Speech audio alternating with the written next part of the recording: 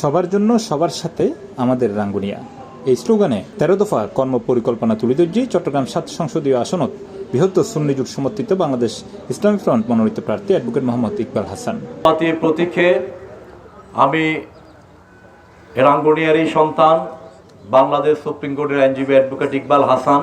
আমরা রাঙ্গুনিয়া নিয়ে আমাদের কর্ম পরিকল্পনা কি এবং নির্বাচনের সার্বিক পরিস্থিতি নিয়ে আমরা আজকের এই সাংবাদিক সম্মেলন এবং সাংবাদিক ভাইদের সাথে আমরা আজকের এই মত বিনিময় সভায় মিলিত হয়েছি।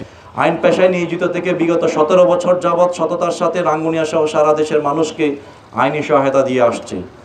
সামাজিক ন্যায় বিচার প্রতিষ্ঠার মাধ্যমে সভ্য সমাজ গড়ে তোলাই আমার জীবনের ব্রত হিসেবে নিয়েছি। সার্বিক পরিস্থিতি বিবেচনায় সুষ্ঠু ও উৎসবমুখর পরিবেশ নিয়ে আমরা মারাত্মক আশঙ্কা প্রকাশ করছি।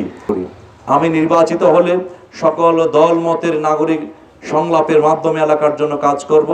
সুষ্ঠু ও গ্রহণযোগ্য নির্বাচনের মাধ্যমে অন্য কেউ যদি নির্বাচিত হয় আমি তাকেও এলাকার কল্যাণে সহযোগিতা করতে রাজি আছি ইনশাআল্লাহ। শনিবার ফেব্রুয়ারি ৭ তারিখ নির্বাচন পরিচালনা কমিটির আয়োজনে নির্বাচন ও সার্বিক পরিবেশ ও নির্বাচনী ইশতেহার ১৩ দফা কর্ম পরিকল্পনা বিষয়ে সাংবাদিক ফোরামে এক মতবিনিময় সভা অনুষ্ঠিত হয়েছে, যাতে তিনি তার ইশতেহার ঘোষণা করে। এর আগে উপজেলার পোমরা ইউনিয়নের গুসরা ও রাজানগর ইউনিয়নের রানীরাট বাজারও নির্বাচনী গণসংযোগ পথসভা অনুষ্ঠিত হয়েছে।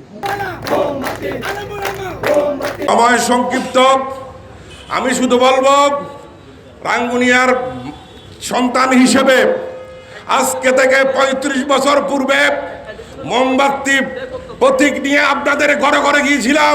পক্ষে সন্ত্রাস দুর্নীতির বিপক্ষে সুন্নিয়তের প্রার্থী একমাত্র মানুষকে নিশ্চয়তা দিতে পারে।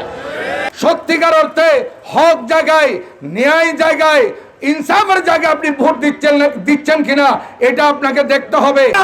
আমাদের মূল্যবান ম্যান্ডেট দিয়ে জাতীয় সংসদে পাঠিয়েছি, কিন্তু আজকে আমার প্রশ্ন, আমরা কি পেয়েছি?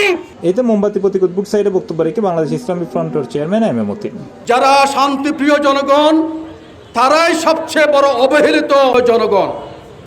শান্তিপ্রিয় জনগণ মুসলমানদের মধ্যে হতে পারে, হিন্দু বৌদ্ধ খ্রিস্টান হতে পারে। আপনাদের দায়িত্ব হলো এই অধিকার আদায়ের জন্য আমরা যাকে বাছাই করেছি এই কৃতি সন্তানকে, উপযুক্ত সন্তানকে আপনাদের মতামত দিয়ে, আপনাদের সাপোর্ট দিয়ে, আপনাদের ভোট দিয়ে নির্বাচিত করে এই রাঙ্গুনিয়ার মধ্যে অধিকার হারা মানুষের অধিকার ফিরিয়ে দেওয়ার ব্যবস্থা করা।